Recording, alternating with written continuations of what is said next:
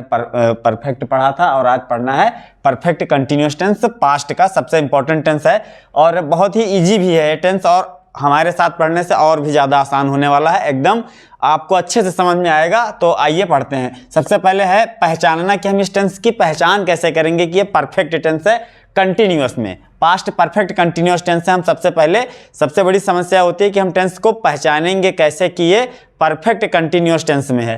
तो इसकी पहचान में यहाँ क्या लिखा है, इस टेंस में कार्य भूतकाल में प्रारंभ होता है।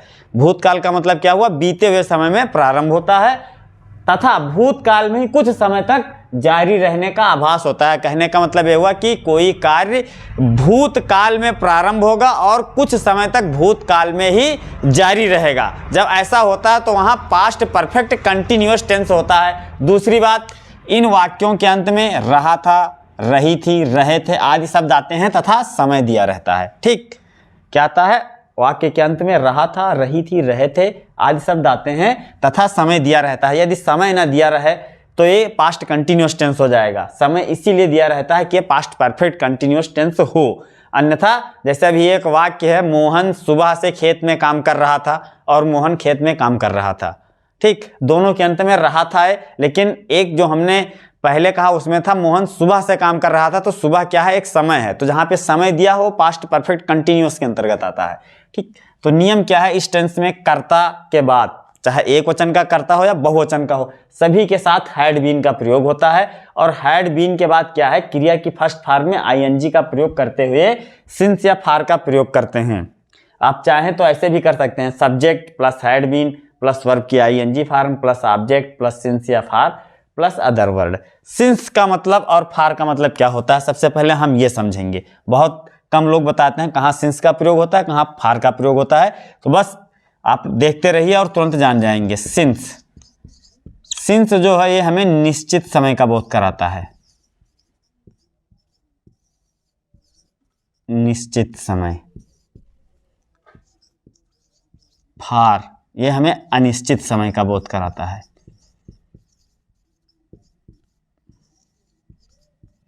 अनिश्चित समय। अब आपको हम एक सार ट्रिक बता रहे हैं, आप तुरंत जान जाएंगे कि निश्चित समय क्या होता है और अनिश्चित समय क्या होता है। जैसे अभी हम यहां पर लिख दें सुबह से, सुबह से, ठीक, तो ये निश्चित समय है। अब सुबह से यदि निश्चित समय है तो शाम से भी निश्चित समय हुआ, रात से भी निश्चित समय हुआ। ठीक, अगर यहां पर हम बता दें 2 जनवरी 1995 से, तो इसका यह मतलब हुआ 2 जनवरी 1995 से, तो इसका यह मतलब हो गया कि 5 जनवरी 2002 से, 2012 से, 2015 से जितना कुछ भी एकदम एक्यूरेट में आए वो सब निश्चित समय के अंतर्गत आता है। अब अनिश्चित समय क्या हुआ, अनिश्चित समय हुआ जैसे पिछले रविवार से। ठीक, क्या पिछले रविवार से, तो पिछले रविवार से तात्पर्य क्या, पिछले महीने से, पिछले साल से, जितना भी पिछले करके आए वो सब किस में आता है, वो सब अनिश्चित समय में आता है और फार का प्रयोग होता है। ठीक, 2 घंटे से,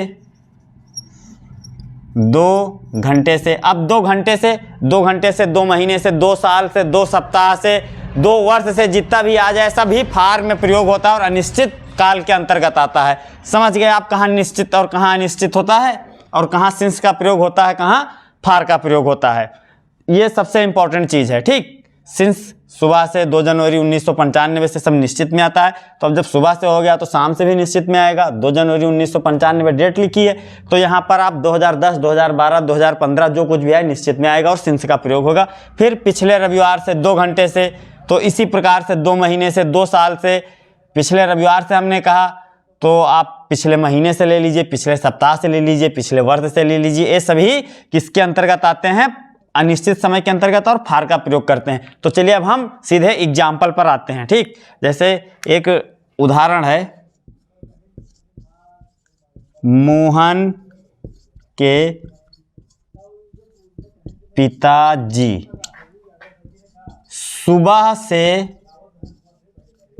सुबह से खेत में कार्य कर रहे थे, कार्य कर रहे थे। देखो हमने क्या देखिए एग्जाम्पल लिखा है, मोहन के पिताजी सुबह से खेत में कार्य कर रहे थे। इसमें मोहन के पिताजी क्या है, सब्जेक्ट हैं, तो सबसे पहले हम सब्जेक्ट लिखेंगे। देखिए यहाँ पर लिखा है, तो हमने सब्जेक्ट लिखा मोहन्स फादर, मोहन्स फादर, ये एपॉस्ट्रॉफी एस का प्रयोग हुआ है, मोहन्स फादर। फिर दूसरा क्या है, हैड बीन, तो आप हैड बीन लिख दीजिए, मोहन्स फादर हैड बीन। फिर वर्ब की आईएनजी फॉर्म, वर्क में आईएनजी लगा दीजिए, Mohan's father had been working in the field, in the field, Mohan's father had been working in the field. और सुबह से क्या है, निश्चित समय, तो सिंस का प्रयोग कर दीजिए, सिंस मॉर्निंग। आपका ट्रांसलेशन बनकर तैयार हो गया। Mohan's father had been working in the field since morning, Mohan के पिताजी सुबह से खेत में कार्य कर रहे थे। ये हो गया आपका अफर्मेटिव का।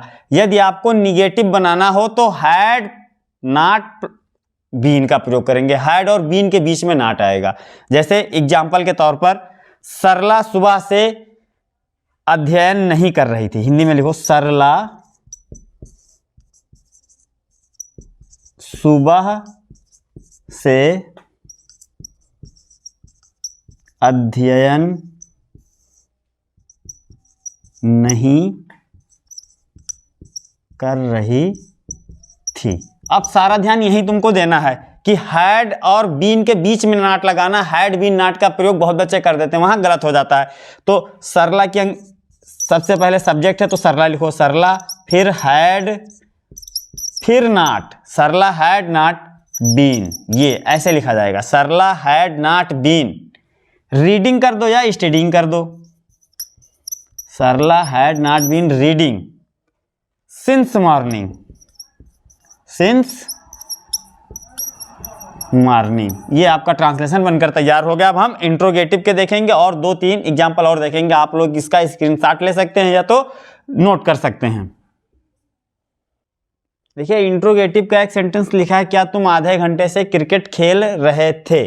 तो इस वाक्य में जो प्रश्नवाचक शब्द क्या है पहले आया है, और हम कई वीडियोस में बता चुके हैं कि जो इंट्रोगेटिव सेंटेंस हैं वो 2 प्रकार के होते हैं, एक जिनमें प्रश्नवाचक शब्द पहले आता है और दूसरा जिनमें प्रश्नवाचक शब्द बीच में आता है। तो जिन वाक्यों में प्रश्नवाचक शब्द पहले आ जाए तो हम प्रश्नवाचक शब्द की अंग्रेजी नहीं लिखते हैं, हेल्पिंग वर्ब से ही उसे बना देते हैं। जैसा कि यहाँ पर हमने लिखा, क्या तुम आधे घंटे से क्रिकेट खेल रहे थे। तो इसका जब हम ट्रांसलेशन बनाएंगे तो कुछ ऐसे बनेगा, had you been playing cricket, had you been playing cricket. अब आधा घंटा जो है अनिश्चित समय है, तो फार का प्रयोग होगा, had you been playing cricket for half an hour. ये बन गया आपका translation, had you been playing cricket for half an hour. और दूसरा ऐसे होते हैं इंट्रोगेटिव के जिनमें प्रश्नवाचक शब्द बीच में आता है, जैसे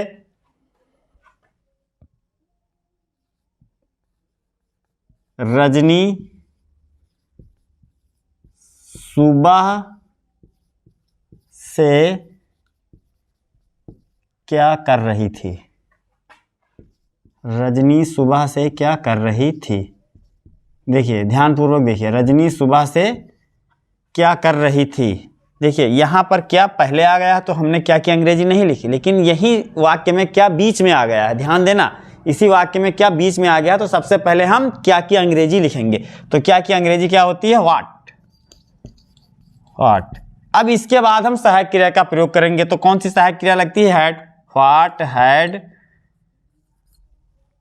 what had Rajni, what had Rajni been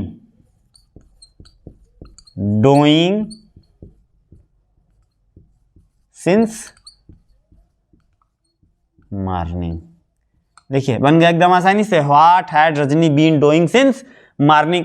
यहीं पर आप अंतर निकाल लीजिए, यहाँ पर क्या पहले आया तो हमने क्या की अंग्रेजी नहीं लिखी, सहायक क्रिया से ही बना दिया। लेकिन क्या जब बीच में आता है तो हम सबसे पहले क्या की अंग्रेजी लिखते हैं, फिर helping verb plus subject plus other word लिखते हैं। तो ये हो गया।